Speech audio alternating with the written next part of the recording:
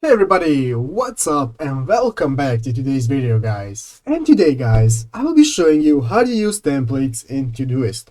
So yeah guys, make sure to watch this quick and easy video till the very end, follow my steps correctly, so you can make sure this works the same for you and that you can do this yourself. But yeah guys, let's get straight into it. The first thing you want to do guys is go ahead to the official Todoist.com website and log into your account. After logging into your account guys, you'll be greeted by this main page right here where you will be able to see all the tasks that you have scheduled for today. And if you look at the left side of the screen guys, here we will have a menu with a couple of options that we can use for seeing our tasks, such as our inbox, our upcoming tasks, our projects, and so on. So guys, let's say that we want to go ahead and create a project with a certain template. What we're going to do is go ahead and either create a new project if you want a new one, or we can go ahead and select an existing project.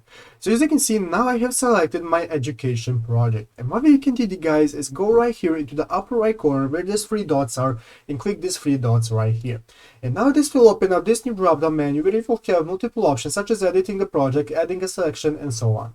And as you can see here guys, we have two options called import from template and export as a template. You can either export your template if you want to use it again in another project, and then you can click export as CSV file, or you can go ahead and click on import from template if you want to use a template that you already have on your computer or you have saved from another project. You can just go ahead and upload it from your computer, and when you do guys, you will successfully add a template right here. But guys, if you do not have any templates, you can go to this website right here called todoist.com/templates, and here you can find templates for your project. So let's say I'm going to go ahead and find this one-on-one meeting template. I'm going to click on it, and then I'm going to click on the use template button. Clicking on use template guys, go ahead and click use this template, and now you'll see guys that this will successfully add this template to your Todoist. As you can see, we have successfully created a new project with the new template, one-on-one meeting.